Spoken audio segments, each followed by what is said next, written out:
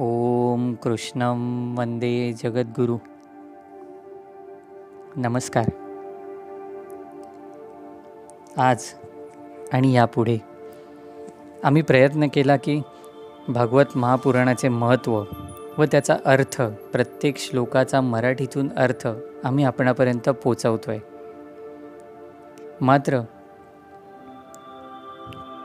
भगवंताच्या अनेक भक्तांचे आम्हाला मेसेज आले, फोन आले की तुम्ही गीतेच्या 18व्या अध्यायाबद्दल आम्हाला नेमकं सांगा, त्याचा मराठीतून अर्थ आम्हाला सांगा, आम्हाला समजावून सांगा.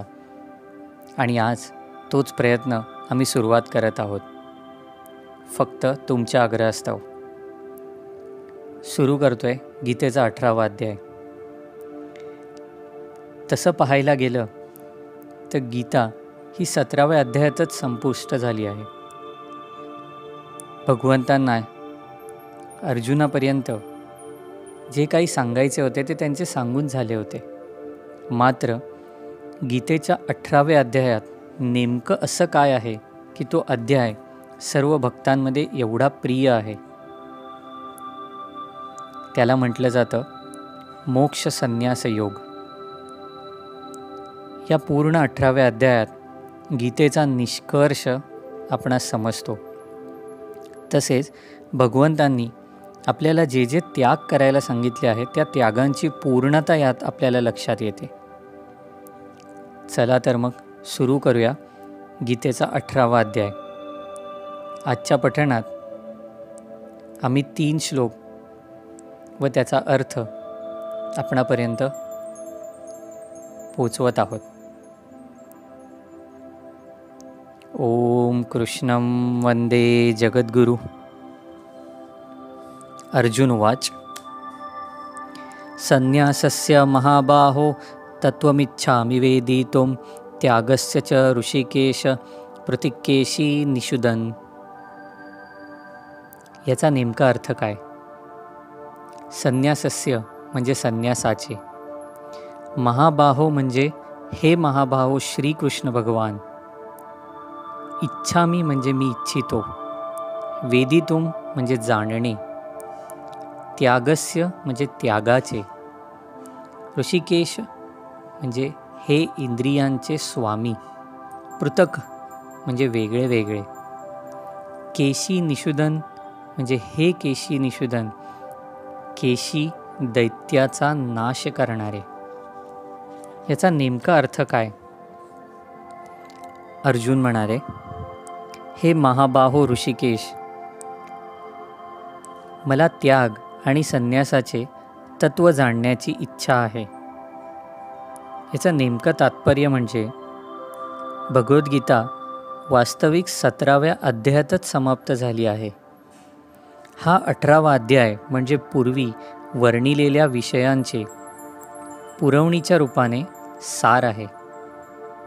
भगवद्गीतेच्या प्रत्येक अध्यायात भगवान श्रीकृष्णांनी निक्षून सांगितले आहे की भगवंताची भक्तिमय सेवा करणे हेच जीवनाचे परम लक्ष्य आहे.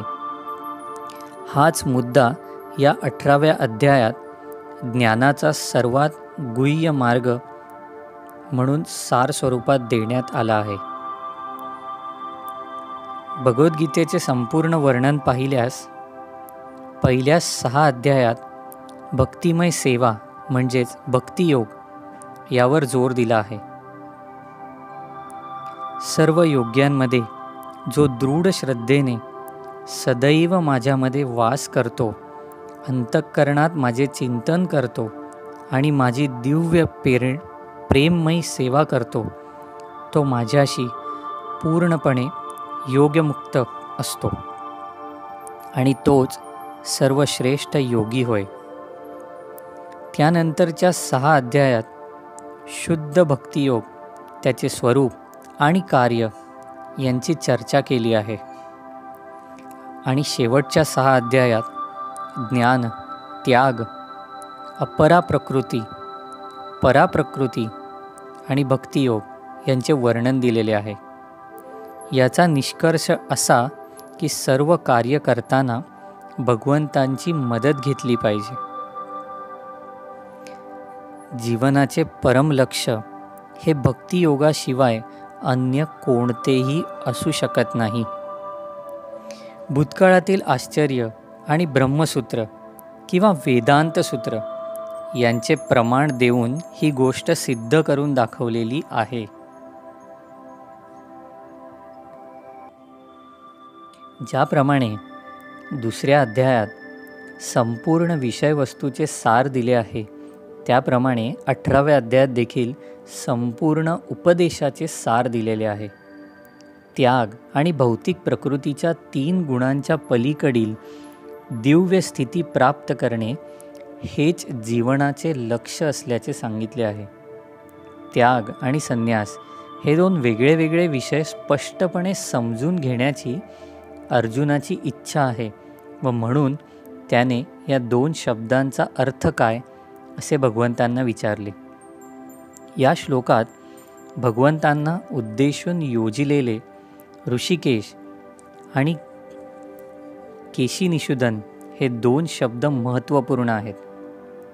श्रीकृष्णांना ऋषिकेश असे म्हणतात कारण ते सर्व इंद्रियांचे स्वामी आहेत व ते आपल्याला मानसिक शांती प्राप्त करण्यास मदत करतात.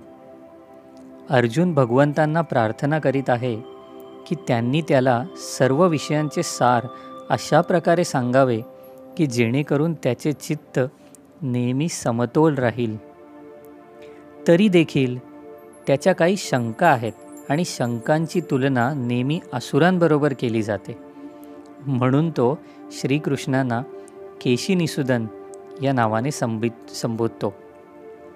श्रीकृष्णांनी केशी नावाच्या भयंकर असुराचा वध केला होता व आता अर्जुन अशी अपेक्षा करीत आहे की श्रीकृष्ण संशयरूपी असुराचा वध करतील. श्री भगवान वाच काम्यानां कर्मणां न्यासं संन्यासं कवयो विदुः सर्वकर्म फलत्यागं प्रायुस्त्यागं विचक्षणः. काम्यानां म्हणजे आशेसहित, कर्माणं म्हणजे कर्माच्या, न्यासम म्हणजे त्याग, संन्यासम म्हणजे संन्यास आश्रम, कवय म्हणजे विद्वजन, विदु म्हणजे जाणतात, कर्म म्हणजे कर्मांचे, फल म्हणजे फळ, त्यागम म्हणजे त्यागाला, प्रायु म्हणजे म्हणतात, त्यागम म्हणजे त्याग, विचक्षण म्हणजे अनुभवी जन. श्रीकृष्ण भगवान म्हणतायत, भौतिक इच्छांवर आधारलेल्या कर्माच्या त्यागाला विद्वजन संन्यास असे म्हणतात आणि सर्व कार्याच्या फलाचा त्याग करणाऱ्याला बुद्धिमान लोक त्याग असे म्हणतात. याचे तात्पर्य असे की फलाची अपेक्षा ठेवून केलेल्या कर्माचा त्याग केला पाहिजे. भगवद्गीतेचा हा उपदेश आहे.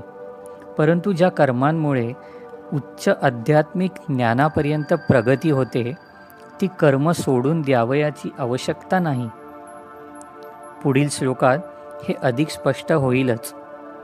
बौद्धिक शास्त्रात काही विशिष्ट उद्देशाने करण्यात येणाऱ्या यज्ञांची अनेक ठिकाणी शिफारस करण्यात आली आहे.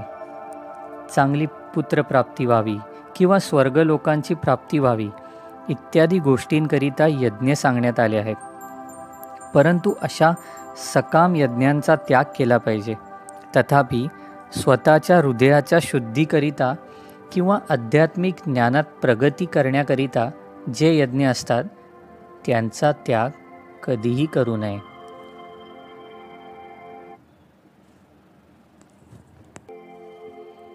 तिसरा श्लोक. श्री भगवान वाच त्याज्यं दोष विदित्येके कर्म प्रायुः मनीषिणः यज्ञदान तापकर्म न त्याज्यमिति चापरे. त्याज्यम म्हणजे त्याग करावा, दोषवत म्हणजे दोषयुक्त म्हणून, एके म्हणजे एक वर्ग, प्रायु म्हणजे म्हणतात, मनीषिणः म्हणजे मोठे विचारवंत, यज्ञ, दान, तप म्हणजे तपस्या, कर्म, त्याज्यम म्हणजे त्याग करणे, इति म्हणजे या प्रकारे, अपरे म्हणजे अन्य. श्रीकृष्ण भगवान म्हणतायत, काही विद्वज्जन घोषित करतात की सर्व प्रकारच्या सकाम कर्मांना दोषपूर्ण समजून त्यागले पाहिजे. परंतु इतर विचारवंतांचे असे म्हणणे आहे की यज्ञ, दान, तप अशा सर्व कर्मांचा कधीही त्याग करू नये. याचे तात्पर्य असे की वैदिक शास्त्रात अशा अनेक कर्मांचा उल्लेख आहे ज्यांच्याविषयी मतभेद आहेत. उदाहरणार्थ असे म्हटले जाते की यज्ञात पशुचा बळी देता येतो, पण काहींचे म्हणणे असे आहे की पशुहत्या ही पूर्णपणे निंद्य आहे. वैदिक शास्त्रात यज्ञातील पशुहत्येचा जरी उल्लेख असला तरी असा यज्ञबळी म्हणून मारलेला पशु मरतो असे समजले जात नाही. यज्ञाच्या योगाने पशुला नवीन जीवन प्रदान केले जाते. कधी त्या पशुला यज्ञात बळी दिल्यानंतर नवीन पशुदेह दिला जातो, तर कधी त्या पशुला तात्काळ मनुष्य शरीर प्रदान केले जाते. परंतु यासंबंधी विचारवंतांमध्ये मतभेद आहे. काही जण म्हणतात की विशेष यज्ञकरिता पशुहत्या इष्ट आहे. यज्ञकर्मांसंबंधी ही जी सर्व निरनिराळी मते आहेत त्याविषयी आता स्वतः भगवंतच स्पष्टीकरण करणार आहेत. आजच्या पठणात येथेच थांबूया. पुढील 4 श्लोकांसाठी नवीन व्हिडिओ तुम्ही पाहू शकता. धन्यवाद. जय जय राम कृष्ण हरी.